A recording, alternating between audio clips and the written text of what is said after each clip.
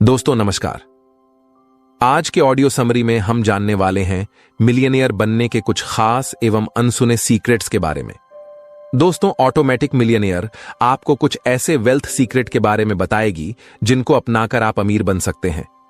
इस audio summary में कुछ ऐसी फाइनेंशियल हैबिट्स के बारे में डिस्कस किया गया है जिन्हें अपनाने पर आप इतना दौलत बना सकते हैं जिसकी किसी ने उम्मीद न की हो। शायद आप सोच रहे होंगे थोड़े से पैसा बचाकर कोई कितना अमीर बन सकता है, लेकिन अगर आप इस ऑडियो समरी को आखिरी तक सुनेंगे तो इसमें बताए जाने वाली बातें आपकी होश उड़ा देंगी। जिम एक छोटी सी तनख्वाह पर करीब 50 साल से एक कंपनी में काम कर रहे थे।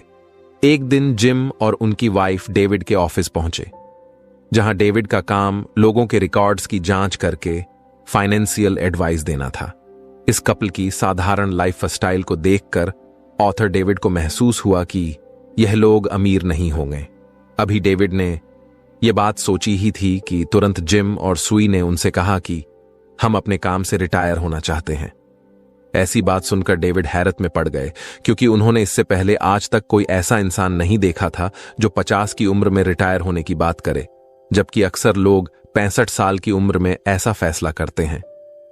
डेविड ने हैरत अंगेज अंदाज में सवाल किया कि क्या आपके पास इतने पैसे हैं कि आप 50 की उम्र में रिटायर हो सकें? क्योंकि इतनी कम सैलरी में आपकी बचत तो नहीं हो पाई होगी। तो रिटायरमेंट के बाद बाकी दिनों में कैसे गुजर बसर करेंगे? क्या आपके पास इतने पैसे हैं कि आप अमीर रह सकते हैं? दोनों ने डेविड को अपनी कागजात दिखाई और कहा कि इसके जरिए पता लगा लीजिए कि हम कितने अमीर हैं। अब यहां से कहानी का टर्निंग पॉइंट आता है। डेविड ने जब उनकी डॉक्यूमेंट स्कैन किए तो दंग रह गए। जिम और सुई के पास एक बोट, 3 कार्स, 40 लाख की इन्वेस्टमेंट और 2 घर थे, और दोनों घरों की कीमत 7 करोड़ थी। और पाया गया कि इन दोनों पर कोई लाऊं बाकी नहीं था, बल्कि इनके बच्चे कॉलेज का खर्च खुद उठाते थे, और साथ में इनकी कई सारी पैसिव इनकम सोर्सेज थी। ये सब जानकर डेविड के दिमाग में तरह तरह के सवाल उठने लगे। अब तक वह समझ रहे थे कि अमीर बनने के लिए हमारी सैलरी 3 से 7 लाख के बीच होनी चाहिए, जिसके बाद कई सारी रिसर्च के साथ किताबें पढ़ने होंगे, और शायद आपको क्लासेस, कोर्सेज और शार्प डिसिप्लिन की जरूरत पड़ेगी। यहां तक कि मुझे लगा था कि करोड़पति बनने के लिए नौकरी छोड़नी पड़ती है। लेकिन जिम और सुई ने अमीर बनने का ऐसा सीक्रेट शेयर किया जो आपके सोच से बिल्कुल अलग है। उन्होंने कहा, अमीर बनने के कई सारे रास्ते होते हैं, उनमें से 2 रास्ते सबसे ज्यादा पॉपुलर हैं। लॉटरी और फैंटेसी गेम खेलो और एक दिन अमीर बन जाओ। दूसरा, अगर आपको जायदाद में दौलत मिली है तो आप अमीर हो सकते हैं। लेकिन जिम ने कहा कि हमारे केस में दोनों शामिल नहीं थे। हमारे हाथ जायदाद की दौलत तो नहीं लगी, लेकिन हमारे बुजुर्गों ने हमें जायदाद बनाने की फाइनेंशियल नॉलेज शेयर कर दी थी, और अमीर बनने के ऐसे सीक्रेटस, साधारण और स्थिर तरीके बताए जिनकी वजह से हम 52 की उम्र में रिटायर होने के लिए तैयार हैं। लेकिन अक्सर लोग इस बारे में सीखते नहीं हैं, जिसके कारण उनको बुढ़ापे में पैसे कमाने के लिए स्ट्रगल करना पड़ता है। आज आप इस किताब द ऑटोमेटिक मिलियनर से 7 ऐसे नियम और तरीकों के बारे में सीखने वाले हैं, जिसकी मदद से कम सैलरी होने के बावजूद आप करोड़पति बन सकते हैं। इस किताब को डेविड एल बाच के द्वारा लिखा गया है, जो एक American financial author, television personality, motivational speaker, entrepreneur और finishRich.com के फाउंडर हैं, जो आज आपको फाइनेंशियली एजुकेट करेंगे। Rule number 1, the parents advice. एक दिन डेविड ने कॉलेज में एक महंगी कार आती हुई देखी। वो कार ठीक उनके सामने रुकी, जिसमें से एक लड़का बाहर निकला। वो लड़का महंगे कपड़ों, मोबाइल और गाड़ी से अमीर दिख रहा था। लेकिन जब उसकी वो फाइनेंशियल रिपोर्ट डेविड के हाथ लगी तो पता चला कि वो अंदर से कंगाल था। उसने सारी चीजें लोन पर ले रखी थीं और बस शो ऑफ की जिंदगी काट रहा था। फिर डेविड ने जिम से पूछा, क्या आप बता सकते हैं कि आप ऐसी दुनिया में रहकर पैसे कैसे सेव करते थे? जिम ने कहा, हमारे पेरेंट्स ने हमारी शादी 24 की एज में करवा दी थी, जिसके बाद हमें जिम्मेदारियों की कीमत का पता चल गई। फिर उन्होंने कहा कि जिंदगी को जीने के 2 तरीके हैं, पहला काम, खर्चे और स्ट्रगल, और दूसरा काम, सेविंग्स और एंजॉयमेंट।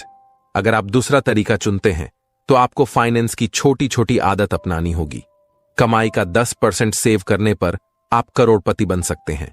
धीरे धीरे आपको 10% के बिना रहने की आदत पड़ जाएगी, क्योंकि जो दिखता नहीं उसे खर्च कैसे करेंगे। Rule number 2, the parent strategy. David ने दोनों कपल से पूछा कि आपने 2 घर कैसे खरीदी और इतनी जल्दी लोन कैसे चुका दी। जिम ने जवाब में कहा कि हमारे पेरेंट्स ने हमें एक ट्रिक सिखाई थी। वो कहते थे कि अगर आपने लोन ले रखा है तो उसकी किस्त महीने में एक बार मत दीजिए, बल्कि उसे 2 हफ्तों में आधी आधी करके दें। अगर आपने ऐसा करना शुरू किया तो साल के अंत में आपको पता भी नहीं लगेगा कि कब आपने एक्स्ट्रा पेमेंट कर दी है। Rule number 3, the saving strategy. कई लोग ऐसा मानते हैं कि अमीर बनने के लिए ज्यादा से ज्यादा इनकम सोर्सेज होनी चाहिए, लेकिन यह बात पूरी हद तक सही नहीं है। अगर ऐसा होता तो कई लोग लाखों का महीना कमाते हैं, लेकिन उनमें से 99% लोग करोड़पति नहीं बन पाए। आखिर क्यों? क्योंकि जिनकी ज्यादा कमाई होती है उनके खर्चे भी उतने ही ज्यादा होने लगते हैं। तो फिर सवाल है कि करोड़पति बनने का सही रास्ता क्या है? डेविड अपनी किताब द ऑटोमेटिक मिलियनेयर में लिखते हैं कि अगर आप अपनी कमाई का 10% सेव करना शुरू करेंगे तो रिटायरमेंट तक आप करोड़पति बन सकते हैं। और यह कोई हवाई बात नहीं, बल्कि एक प्रैक्टिकल रास्ता है। सबसे पहले आप नोट करें कि क्या आपके पैसे गैर जरूरी चीजों पर खर्च हो रहे हैं। जैसे जिम को सिगरेट पीने की बुरी आदत थी, जिसकी एक डब्बे की कीमत करीब 180 रुपए होगी।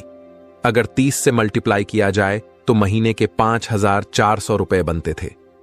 जिम के इस कैलकुलेशन के बाद उसने हर गैर जरूरी चीजों पर लगाम लगाया जो उन्हें रिटर्न में कुछ नहीं देती थी। इस तरह आप देखें कि क्या आपके पैसे cigarette, soft drink, fast food, memberships और इंटरनेट प्लान्स में खर्च हो रहे हैं। अगर हो रहे हैं तो देखें कि क्या आपके लिए यह सब सबसे जरूरी काम है। क्या आप इनके बगैर जिंदा नहीं रह सकते हैं? क्या आपके पास इन सब के लिए दूसरा रास्ता नहीं है? शायद आपको लगता होगा कि इतनी छोटी सी सेविंग से क्या फर्क पड़ेगा। तो डेविड ने इसका जवाब लाटे फैक्टर के जरिए दिया है। Rule number 4, the latte factor. एक सेमिनार में डेविड लोगों को फाइनेंशियल नॉलेज शेयर कर रहे थे। तभी वहां पर एक लेडी आती है। वह कहने लगती है, आपका ज्ञान हमारे प्रैक्टिकल लाइफ में किसी काम का नहीं है, क्योंकि मेरा गुजारा तो बहुत मुश्किल से होता है। हाल ऐसा है कि महीने में $5 भी सेव नहीं हो पाती है। अब डेविड ने उनके खर्चे को एनालाइज किया तो मालूम हुआ वह लेडी ऑफिस वर्क से पहले स्टारबक में कॉफी पीती थी और शिफ्ट खत्म होने तक उसकी टोटल खर्चे $10 तक पहुंच जाती थी। डेविड ने उस लेडी से पूछा, क्या आपको पता है कि अगर आप पूरे दिन के खर्चे का 50% सेव कर लें तो यह पैसे रिटायरमेंट तक कितने हो जाएंगे? लेडी ने कहा, शायद 70 से 80 हजार $। लेकिन डेविड ने हिसाब लगाने के बाद ऐसा नंबर बताया जिसे सुनने के बाद लोगों के होश उड़ गए। डेविड ने बोला, अभी आप 23 साल की हैं। मान लीजिए कि अगर आप हर दिन $5 बचाती हैं तो महीने के $150 होंगे और साल के $2000। अब ऐसा मान लीजिए कि आप इस रकम को सालाना 10% रिटर्न्स के साथ इन्वेस्ट करते हैं तो यह रकम आपके रिटायरमेंट तक $1.2 मिलियन में बदल जाएंगे। यानी 65 साल की उम्र में आपके पास 9 करोड़ रुपए होंगे। क्या आपने कभी सोचा होगा कि मामूली समझे जाने वाली छोटी सी इन्वेस्टिंग आपके साथ साथ पूरे परिवार की भी जिंदगी बदल कर रख देगी? डेविड ने सेविंग के इस मॉडल को लट्टे फैक्टर कहा है। Rule number 5, automate investment. मान लीजिए कि आप लट्टे फैक्टर के इस्तेमाल से 10% सेव करना चाहते हैं, लेकिन हमारी जिंदगी एड्स, एंटरटेनमेंट और काम से घिरी पड़ी है कि न तो वक्त मिलता है न खर्च रुकते हैं। तो इसमें पैसे सेव करने का रहस्य क्या है? जिम ने कहा, सैलरी मिलने के बाद हम सबसे पहले अपने आप को पैसे देते थे और उसके बाद बिल, फीस और रेंट देते थे। ये 10% और 15% जो हम सेव करते रहे उन्हें ऐसी जगह रखते थे जो सोम दिखाई ही नहीं देती हैं। और वह कैसे? हमने इस प्रोसेस को ऑटोमेटिक कर दिया था। हर महीने की सेविंग्स को वॉलंटरी प्रोविडेंट फंड की हेल्प से कटवाई थी। ये SIP यानी सिस्टमैटिक इन्वेस्टमेंट प्लान की तरह होता है, जिसमें हर महीने एक फिक्स्ड मनी डिपॉजिट होते रहती है। इसके साथ हमने म्यूचुअल फंड, इंडेक्स फंड और पेंशन फंड की मदद से पैसे को ऑटोमेट मोड पर डाल दिया। उस जमाने में ऐसा करना थोड़ा मुश्किल प्रोसेस था, लेकिन आज कल तो ऐसा करना आसान है, बल्कि घर बैठे बैठे ऐसा किया जा सकता है। मोबाइल पर कई सारे सॉफ्टवेयर आते हैं, तो आप इसकी शुरुआत आज से ही शुरू कर सकते हैं, जिसके लिए सबसे पहले अपना डीमैट अकाउंट खुलवाएं, और इसके लिए आप अपस्टोक्स की मदद ले सकते हैं, क्योंकि इसका यूजर एक्सपीरियंस बेहतर है और पर्सनली मैं इसे इस्तेमाल करता हूं। अब चलिए एक आम आदमी की जिंदगी की एनालिसिस करते हैं।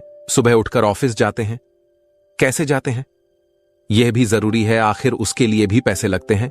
मान लेते हैं कि आप अपनी गाड़ी से ऑफिस जाते हैं और आपके पेट्रोल का करीब 100 रुपए बनता है।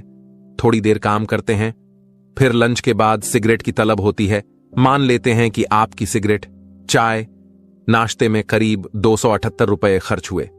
पूरे महीने का 8,340 रुपए, साल का 1,80,000 रुपए के करीब, और 10 साल का हुआ 10 लाख के करीब। अगर आप चाहें तो इसमें से गैर जरूरी काम को रोककर कितने सारे पैसे बचा सकते हैं, जैसे सिगरेट, एक्स्ट्रा चाय की कप, और फिर ऑफिस जाने के लिए आप कार शेयरिंग और पुलिंग कर सकते हैं। ऐसे काम से खर्चे कम हो जाएंगे। Rule number 6, don't run for budget. Author David आपको बजट करने से मना करते हैं। वह लिखते हैं कि पहली बात, बजट करना बहुत मुश्किल काम है, क्योंकि इसमें आप अपने खर्चे का एक लिमिटेशन सेट करते हैं और आप किसी कीमत पर इस लिमिट को क्रॉस करना पसंद नहीं करेंगे। लेकिन मान लीजिए आप कहीं बाहर गए और आपका कुछ खाने का बहुत मन कर गया, या फिर कोई चीज खरीदने का मन किया। इस कंडीशन में आप चाहे तो अपने मन को मारकर घर चले जाएंगे, या फिर कहेंगे कि आज खा लेते हैं और खरीद लेते हैं, बाकी अगले दिन मैनेज कर लेंगे। लेकिन हिसाब के बाद ऐसा सिलसिला चलता रहेगा और आखिर में ऐसा मोड़ आएगा जहां आप हिम्मत हार देंगे और बजटिंग करना बंद हो जाएगा। इसलिए डेविड के मुताबिक आपको ऑटोमेशन का रास्ता चुनना चाहिए, जिसके लिए आपको SIP, PPF, म्यूचुअल फंड या फिर शेयर मार्केटिंग की मदद लेनी होगी। Rule number 7, don't run for budget. Emergency fund. अभी आपने जो सुना समझा वह यही बताता है कि बचत कीजिए। सबसे पहले अपने आप को पे कीजिए, सेविंग और इन्वेस्टमेंट को ऑटोमेट कीजिए। अब मान लीजिए कि खुदा न खस्ता आपके साथ कोई इमरजेंसी सिचुएशन आ जाती है, तो क्या आपके पास इतने पैसे हैं जिसे आप किसी इमरजेंसी टाइम को हैंडल कर सके? क्या आप इस घमंड में तो नहीं कि आपको कुछ नहीं हो सकता है? चलो इस बात को भी सच मान लेते हैं, लेकिन इसकी क्या गारंटी है कि आपके परिवार वालों के साथ कोई मुसीबत नहीं आ सकती है? या अगर आपको लगता है कि मैं तो अपने काम में बहुत अच्छा हूं, तो कंपनी मुझे नहीं निकालेगी, लेकिन इसकी भी गारंटी नहीं ली जा सकती कि वह कंपनी कभी लॉस में नहीं जा सकती है, और क्या वह बंद नहीं पड़ सकती है। बल्कि पैंडेमिक के बाद आप ऐसा नहीं कह सकते हैं। इसलिए सेविंग्स करने की फाइनेंशियल हैबिट हर तरह से आपके फायदे के लिए होगा। इमरजेंसी के वक्त यह आपको हिम्मत देगी और साथ ही इसके जरिए आप किसी गरीब की मदद कर सकते हैं। तो शुरुआत आज से करें। इस ऑडियो समरी में बताई गई 7 की पॉइंट्स को कमेंट में मेंशन करें, ताकि यह नॉलेज आपकी मेमोरी में स्टोर हो जाए। दोस्तों, अब तक आप समझ गए होंगे कि आपकी जितनी कमाई होती है उसका 10 से 15% सेव करना चाहिए, जिसके लिए ऑटोमेशन का इस्तेमाल किया जा सकता है। अपनी सभी इन्वेस्टमेंट प्लान को और फंड मैनेजर की अच्छी तरह से जांच करें। बजटिंग करने पर ध्यान न दें और इमरजेंसी फंड पर काम करें। और बाकी की टेक्निकल टर्म्स को सीखने के लिए आप इस किताब को जरूर पढ़ने की कोशिश करें। यह फाइनेंशियल नॉलेज आपके साथ साथ आपके पूरे पीढ़ी को काम आएगी। तो दोस्तों, इस वीडियो में बस इतना ही। आपको यह ऑडियो समरी कैसी लगी हमें कमेंट करके जरूर बताएं। लेटेस्ट वीडियो को देखने के लिए हमारे YouTube चैनल को सब्सक्राइब करना न भूलें। अपना बहुमूल्य समय देने के लिए आपका तहे दिल से शुक्रिया।